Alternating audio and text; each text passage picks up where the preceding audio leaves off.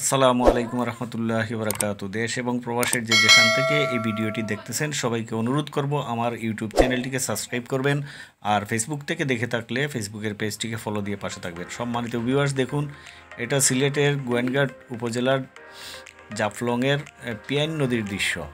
এইটা নৈসর্গিক সৌন্দর্যের লীলাভূমি, যেটাকে বলে প্রাকৃতিক কন্যা মেঘালয়ের পাদদেশে অবস্থিত এই সিলেটের জাফলংয়ের এই যে পিয়াইন নদী, এই নদীর প্রাকৃতিক সৌন্দর্য উপভোগ করার জন্য প্রতিদিন হাজার হাজার মানুষ দেশের বিভিন্ন স্থান থেকে এখানে আসেন, এখানে এই প্রাকৃতিক সৌন্দর্য উপভোগ করার জন্য। পাশাপাশি এই অঞ্চলে রয়েছে আরও দুটি পাথরকুয়ারি, শ্রীপুর পাথরকুয়ারি, বিছানাকান্দি পাথরকুয়ারি এবং সাদা পাথর।